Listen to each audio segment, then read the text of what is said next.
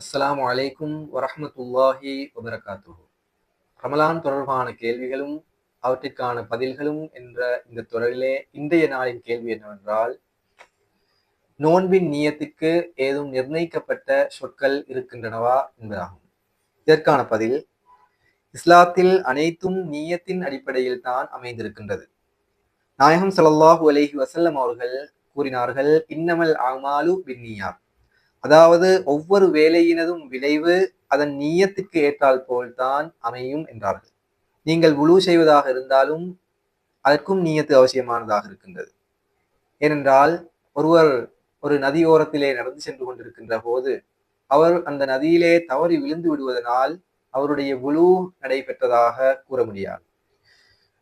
ஆனால் நீயத்துக்கு எந்தவித சொற்களும் எங்கும் காணப்படவில்லை. தொழுகைக்காகவும் சொற்கள் கூறப்படவில்லை, நோன்பிற்காகவும் நீயத்திற்கு சொற்கள் காணப்படவில்லை. உள்ளத்தின் நாட்டத்தின் பெயரே நீயத்து என்பதாகும். அதாவது ஒருவர் நான் நாளைக்கு நோன்பு நோட்பேன் என்று அல்லது இன்று நோன்பு நோட்பேன் என்று சிந்தித்துக் கொண்டால் இதுவே நீயத்தாக அமையும். தொழுகைக்கும் உள்ளத்தினுடைய நாட்டம்தான் நீயத்தாக அமையும். அதுவன்றி வஜ்ஜஹத்து வஜ்ஹியல் இல்லதி என்று ஆரம்பிக்கின்ற இந்த துவா இது தொழுகையினுடைய நீயத்து கிடையாது. மாறாக தொழுகையை ஆரம்பித்ததன் பிறகு நாயகம் ஸல்லல்லாஹு அலைஹி வஸல்லம் அவர்கள் ஓதிய சில முக்கிய துவாக்களில் இதுவும் ஒரு துவாவாக இருக்கின்றது என்பதை நாம் புரிந்து கொள்ள வேண்டும்.